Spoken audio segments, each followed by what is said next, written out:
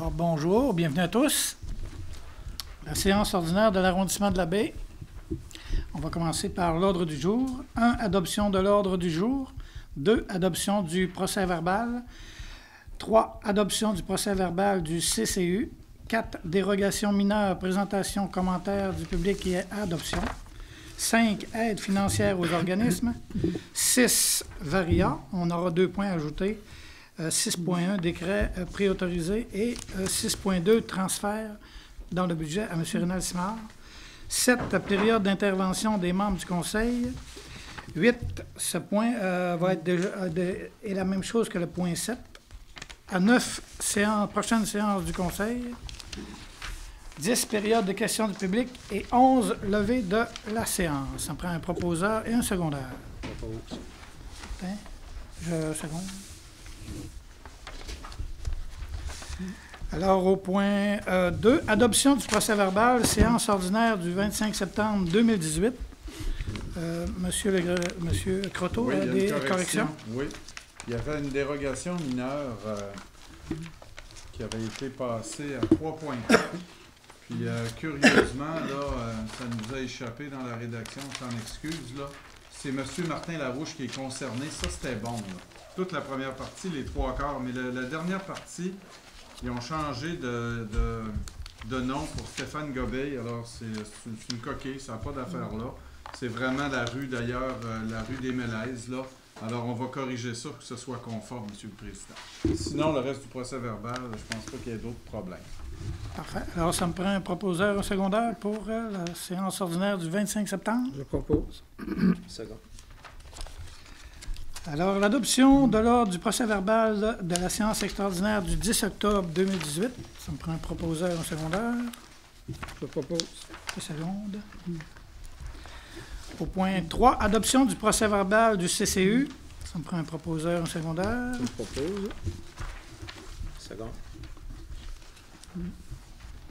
Au point 4, dérogation mineure, présentation, commentaire du public et adoption. On va demander à M. Rénal Simard de nous dire de quoi il s'agit.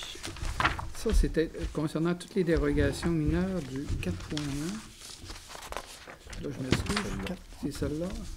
C'est tout ceux-là, dans le fond. Hein? Chemin de la Rivière, oui, c'est ces 4-là. OK. Donc, la première dérogation est pour le 1083 Chemin de la Rivière. C'est une demande de dérogation mineure visant à augmenter de 10 à 11,73 la superficie totale au sol des bâtiments accessoires pour permettre la construction d'une remise détachée d'une superficie de 20,75 mètres carrés en cour arrière du bâtiment principal. Je pense que M. Duval va être content de sa dérogation mineure. Ma deuxième dérogation mineure, c'est concernant le 5882 chemin Saint-Anicette, une demande de dérogation mineure visant à permettre la construction d'un escalier extérieur ouvert sans mur desservant le deuxième étage en cour avant du bâtiment principal, implanté à 15 mètres de la ligne de rue pour la propriété. La troisième dérogation est le 2006 chemin du Plateau Nord. La demande consiste à faire une dérogation mineure visant à réduire de 6 à 0,36 mètres la distance entre le garage détaché et la ligne latérale nord du terrain afin de régulariser l'implantation du garage détaché situé dans la cour latérale du bâtiment principal. Et la dernière vise le 1161 rue des Mélèzes, demande une dérogation mineure visant à réduire de 6 à 4,60 la marge avant pour agrandir le bâtiment principal. Je voudrais dire aussi que pour toute information supplémentaire concernant les dérogations mineures, vous pouvez, pour ceux qui ne sont pas présents et qui ne peuvent pas parler à l'urbaniste, de consulter le service de l'aménagement du territoire au numéro 698-3130. Je répète, le 418-698-3130. Ce qui termine pour les dérogations mineures. Merci, M. Simard. Alors, est-ce qu'il y en a parmi le public qui aura des commentaires sur les 4 dérogations qu'on vient d'énumérer par M. Simard? Pas de questions? Parfait. On peut l'adopter en bloc? OK, ça me prend un proposeur secondaire. Au point 5, aide financière aux organismes.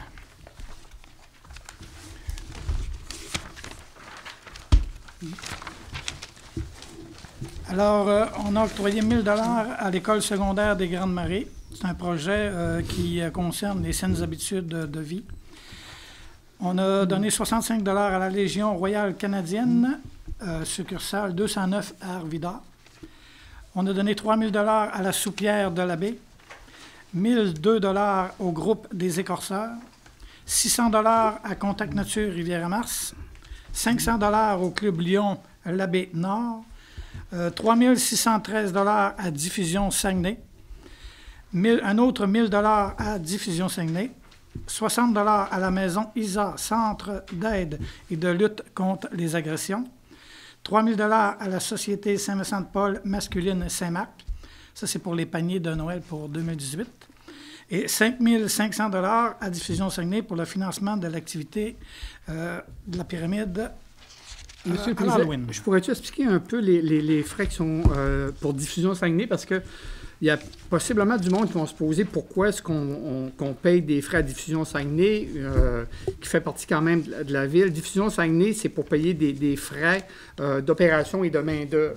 Donc, eux autres non plus ne travaillent pas pour rien. Mais c'est ça. En gros, c'est pour payer de la main-d'œuvre et des frais d'opération.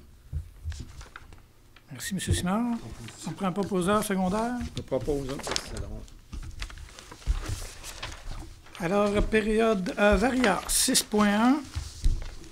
Alors, 6.1, c'est le décret des travaux préautorisés. Donc, moi, je fais 2 trottoirs, c'est-à-dire refaire le trottoir en face du 1282 et 1262 sur la rue Bagotte. Et je fais également le trottoir à l'intersection de Aimé-Gravel et Grande-Bénard. On a adopté en bloc ou chacun séparé? On peut faire un bloc si vous voulez. OK, on va faire un bloc. Alors, on va passer au point 6.2, M. Rénal Simard. Moi, dans le fond, c'est une dépense de 277 $ concernant des frais de traiteur reliés à la deuxième rencontre de mon comité de citoyens. C'est pris en même votre budget d'opération. Hein, Oui, absolument, c'est ça. Alors, ça me prend un proposeur et un secondaire. Je propose. 2 secondes. Alors, on est rendu à la période d'intervention des membres du Conseil. Monsieur Hervé, on Oui. commence par Monsieur Hervé. Oui, tout d'abord, je voudrais dire aux gens que le 31 octobre, il va y avoir une fête d'Halloween au niveau de la pyramide. On en avait parlé lors du dernier arrondissement. Là, on a trouvé les sous nécessaires pour faire la fête. Ça fait que j'invite tous les jeunes à participer, la population de l'arrondissement et la population de Ville-Saguenay. C'est une fête qui est organisée par Diffusion Saguenay. Il va y avoir des jeunes aussi de la Maison des jeunes qui vont participer à cette fête cette année. Fait que, on invite toute la population à se présenter à la pyramide secteur Grande-Bay. Merci, M. Hervé. M. Simard. Oui, moi, j'invite la population aussi pour le marché de Noël dans le théâtre du Palais municipal du 22 au 25 décembre. Aussi préparé par Diffusion Saguenay aussi. Parfait. Ça prend un secondaire. Proposeur Bon, c'est secondaire. de l'information. Ouais, OK. Alors, au point 9, prochaine séance du Conseil. La prochaine séance ordinaire du Conseil d'arrondissement de la Baie aura lieu le mardi 27 novembre 2018 à 16h, ici même dans la salle polyvalente de la bibliothèque de la Baie. Alors, au point 10, période de questions du public. Si vous avez des questions, je vous demanderai de venir au micro, de vous présenter, ainsi que votre adresse, s'il vous plaît. Pas de questions? Pas de questions? Ah, OK. Bonjour. Votre nom, s'il vous plaît? Bill Leblond, Info Labé. J'ai pas mon chapeau, je peux-tu m'adresser pareil à Martin Hervé? Mais j'aime ça mieux ça avec le chapeau, par exemple. Vous êtes mieux identifié. Prochaine fois. Demeurez sur quelle rue, monsieur? Comment? Demeurez sur quelle rue? Damas-Sudon, Non, ça- à l'Abbé, Parfait. province de Québec. OK, la pyramide, ça va être aussi élaboré que ça l'était l'année passée puis il y a 2 ans? Sûrement. Sûrement, mais je ne peux pas vous dire les décors. Ils sont en préparation. Oh, oui, présent- c'est sûr. sont en préparation présentement. Puis on espère que ça va être un succès encore. Fait qu'on va en parler bien gros. Monsieur Simard, Rénal Simard, marché de Noël, est-ce qu'on a toujours besoin d'artisans? Non, c'est On comblé. a- Les besoins sont comblés. C'est complet, c'est parfait. Il y a un sujet qui intéresse bien gros des sportifs, c'est la majoration des frais côté loisirs. Quand on parle de hockey, quand on parle de natation, tout ça. Est-ce que c'est coulé dans le béton, ça, ces affaires-là? Là, présentement, on est en préparation. C'est sûr qu'on regarde tout cet aspect-là. C'est certain que je ne peux pas vous dire qu'il va y avoir des diminutions parce qu'il n'y en aura pas.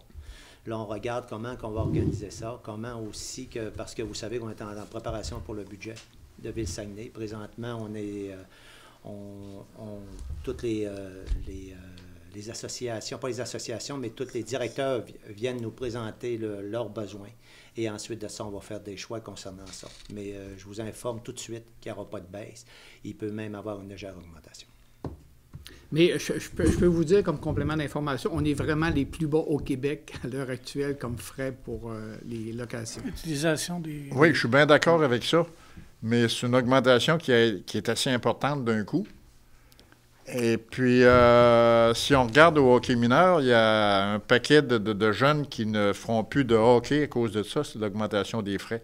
M. Leblanc, on est au lac à l'épaule, puis on n'a pas encore décidé. On a eu des propositions, mais on n'a pas... c'est pas décidé encore, les montants qu'on va... C'est en plein ça. Mais c'est sûr qu'ils vont être augmentés. On est en train de préparer... OK. On est au lac à l'épaule, justement, pour ça. Ouais. Puis je reviens au hockey. Côté fusion hockey, là, dans le hockey mineur, là, ouais. C'est coulé dans le béton, ça, là? Oui. C'est coulé dans le béton? C'est coulé dans le béton. Présentement, c'est certain que cette année, on est dans notre première année. Je comprends aussi qu'on est en année de transition. On est en train de tout organiser ça, justement, pour que ça fonctionne le mieux possible. Je comprends qu'il peut y avoir des faiblesses à quelques places, mais c'est coulé dans le béton. C'est sûr que ça ne reviendra pas en arrière. Et si c'est Martin qui parle, c'est parce qu'il est sur la commission des sports. Loisirs. Vu que j'ai pas mon chapeau, je pensais pas qu'il voudrait me parler. OK, c'est beau, merci. Merci. Est-ce qu'il y a d'autres intervenants? Oui. Votre nom? Oui, bonjour, Dominique Gagnon. J'habite sur la rue Henri-McNicol à la baie. Alors, on sait que le groupe Contact Nature pour la pêche blanche a annoncé là, les nouveaux tarifs, une augmentation de 94 %. On sait que c'est une bonne activité économique là, pour notre secteur. Hein. Des études par le passé, on me disait que ça a joué autour de 4 à 5 millions là, que ça apportait aux retombées. J'aurais aimé connaître votre position par rapport à cette augmentation-là, que plusieurs qualifient de vraiment rapide, là, puis peut-être éclairer un petit peu là, les gens sur ça. C'est quand même significatif comme augmentation. M. Gagnon, je respecte, c'est quand vous commencez à jouer avec les pourcentages, des fois, là, ça nous emmène à des places où ce n'est pas nécessairement même que ça fonctionne. Lorsqu'on a donné la pêche blanche à Contact Nature, que Ville-Saguenay a pris le contrat on avait rencontré tous les pêcheurs, on a rencontré plusieurs organisations, puis on était en problématique avec la pêche blanche. On comprend aussi que dans les prochaines années, c'est utilisateur-payeur. On comprend que les coûts vont augmenter un petit peu par rapport aux cabanes. Puis le but, c'est d'arriver puis qu'on soit capable de créer une activité qui demeure dans le secteur. Puis là, présentement, la Ville n'avait plus les moyens de donner autant qu'on donnait. La dernière année, ça a coûté au-dessus de 600 000 là, au niveau de la pêche blanche. C'est une activité qui doit revenir aux alentours de 400 à 450 000. Je comprends aussi que les gens, ça ne fait pas l'affaire de tout le monde des fois, que ça coûte un petit peu plus cher. Mais aujourd'hui, pour maintenir ces activités-là, on n'a pas le choix. Il faut que ça soit l'utilisateur-payeur, puis il faut s'occuper aussi que la sécurité soit toujours présente. OK, c'est ça. Mais vous êtes conscient que ça peut avoir quand même un impact sur l'achalandage, entre autres, tout ça. C'est pas nécessairement attractif. Est-ce qu'il va y avoir à ce moment-là des moyens compensatoires au niveau de la promotion ou quoi que ce soit pour faire en sorte qu'on maintienne un petit peu un certain niveau d'achalandage pour notre activité économique? Là, c'est quand même plusieurs millions de dollars qu'on parle. Oui, mais M. Gagnon, présentement, Contact Nature sont en train d'élaborer la future saison. Mm-hmm. Je suis convaincu qu'ils vont avoir des activités qui vont inciter les gens à venir. Je suis convaincu aussi que quelquefois, lorsqu'on procure des nouveaux changements, ça ne fait pas l'affaire à tout le monde. Mais avec le temps, on vient que les gens comprennent pourquoi qu'on le fait. Puis aujourd'hui, là, Ville-Saguenay, il faut bien comprendre, c'est là où on en est rendu. On ne peut plus vivre sur le passé, on ne peut plus vivre sur notre carte de crédit. Il faut avancer. Puis si les gens veulent garder les mêmes activités, bien, il va falloir l'utilisateur-payeur se décide aussi à faire ses choix. Puis c'est présentement, c'est là. Puis le passé, oubliez ça, là, on n'est plus là. On vit présent, puis il faut avoir une vision pour avancer, puis il faut s'organiser aussi pour que ça fonctionne. Tout à fait. Anticipez-vous une baisse d'achalandage?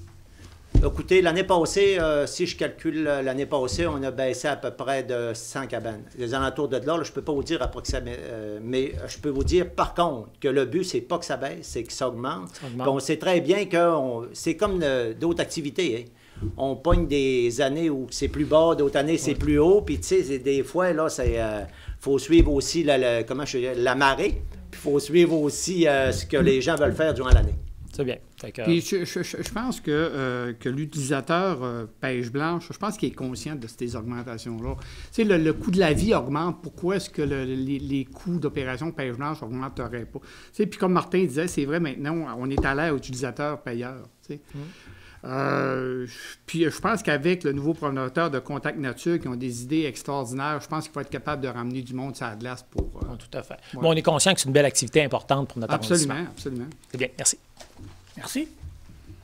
Est-ce qu'il y a quelqu'un d'autre qui voudrait parler, donner des commentaires? Non?